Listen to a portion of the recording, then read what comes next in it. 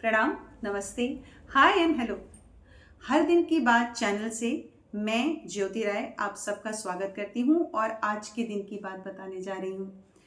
इससे पहले वाली वीडियो में मैंने पुस्तक देसी एलियन, जिसकी राइटर शुचि अग्रवाल हैं, इस पुस्तक के प्रथम खंड यानी फर्स्ट चैप्टर, पहले अध्याय की एक समीक्षा आपको प्रस्तुत की थी, जहाँ मैंने शुचि, उनके पतिदेव और उनके 2 छोटे बच्चों की परदेश पहुंचने और वहां से जाकर फ्रांस से जाकर रिसर्च करने के बारे में बताया। शुचि इस पुस्तक में अपनी संस्मरण को लिखते समय एक एजुकेशनल इंस्टीट्यूट का ऐसा विवरण दे रही हैं कि जब मैंने उस एजुकेशनल इंस्टीट्यूट को गूगल पे सर्च किया तो इनकी लेखनी में लिखे हुए एक एक लाइन से बहुत आसानी से वो मैच हो रहा है और बड़ा इंटरेस्टिंग है। आज मैं इसी पुस्तक के इसी सूची क्रम के पार्ट 3 यानी तीसरे भाग का नेपोलियन की नगरी, इसका थोड़ा सा अंश आपके सामने प्रस्तुत करती हूँ। उम्मीद है कि आपको ये समीक्षा पसंद आएगी और शायद जिस तरह से मेरा ज्ञानवर्धन हो रहा है आप लोगों का भी होगा। ये कह रही है कि फोंटेनब्लो, हिस्ट्री मेरी हमेशा से वीक रही है। फोंटेनब्लो एक जगह का नाम है, पेरिस से तकरीबन 60 किलोमीटर दूर बसा एक छोटा सा सुंदर शहर, यानी एक शहर है। पूरे शहर की कुल आबादी उस समय, काफ़ी समय पहले, लगभग 16,000 थी, पर 16,000 उस समय भारत की भी नहीं रही होगी। ये एक इंडिकेशन दे रहा है कि किसी देश की सफलता उसकी आबादी पर भी निर्भर करती है। आबादी कम तो देश विकसित। ये फोंटेनब्लो में एक बहुत सुंदर नेपोलियन का महल है। नेपोलियन जो कि इतिहास में बहुत फेमस हैं, ये बता रही हैं कि जो महल बनाया गया है, जो शहर बसाया गया है, उसके चारों तरफ ऐसा भूल भुलैया जैसा जंगल है कि नेपोलियन ने इसको इस तरीके से बनाया था, जंगल को बनाया था कि अगर कोई दुश्मन उनके ऊपर अटैक करे तो वो उस जंगल में ही भूल जाए और ढूंढते ढूंढते जब उसे भूख लगे तो वो जहरीले फलों को खा के समाप्त हो जाए। यानी उस पुराने ज़माने में, इतिहास के समय में नेपोलियन की किस तरीके की प्लानिंग थी, बखूबी इन्होंने यहाँ दर्शाया है। तो ये तो हो गया एक विषय, जैसे हिस्ट्री, ठीक, जिन्हें पसंद हो, पढ़ने में आपको बहुत आनंद आएगा। अब ये इसी शहर में जिस इंस्टीट्यूट का नाम ले रही हैं वो है इंसियाड।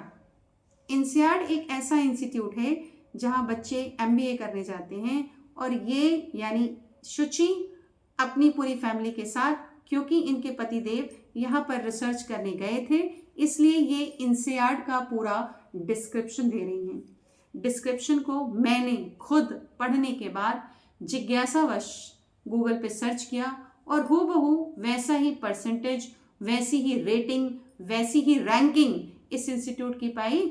आप भी जाने, छोटी सी समीक्षा, कि इंसियाड दुनिया का सर्वश्रेष्ठ प्रबंधन संस्थानों में से एक है। इसका मुख्य संस्थान फ्रांस के शहर फोंटेनब्लो में है और एक संस्थान सिंगापुर में भी है। अब इस संस्थान की विशेषता पर मैं सीधे पहुंच जाती हूं। कह रहे हैं कि ये इस समय इंसियाड जो बात हो रही है, ये फोंटेनब्लो की बात हो रही है। इंसियाड MBA का बहुत प्रसिद्ध और पसंद किया जाने वाला 1 वर्ष का डिग्री कोर्स है। इंसियाड का MBA 1 वर्ष का डिग्री कोर्स है। इंसियाड में दाखिले के लिए कठिन प्रतियोगिता होती है, कंपटीशन होता है, एंट्रेंस देना पड़ता है, लेकिन रैंकिंग वाइज ये जो प्रबंधन संस्थान का जो कोर्स है वो बहुत अच्छे रैंक पे गिना जाता है। इंसियाड के MBA कोर्स में पूरा डिटेल दे रही है अपने यात्रा संस्मरण में ये कि किस तरीके से वहाँ का कोर्स चलता है। कह रही हैं कि इंसियाड में साल में 2 बार MBA का कोर्स प्रारंभ होता है, शुरू होता है। एक बैच अगस्त में शुरू होता है और दूसरा बैच जनवरी में शुरू होता है। हर बैच में 300 विद्यार्थी आते MBA करने के लिए।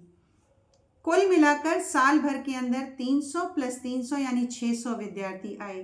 ये इतनी खुश हैं इस बात को बताते हुए, शुचि लिखती हैं कि इन 600 लोगों में भी लगभग 10% विद्यार्थी भारतीय होते हैं और वो वहाँ MBA करने जाते हैं।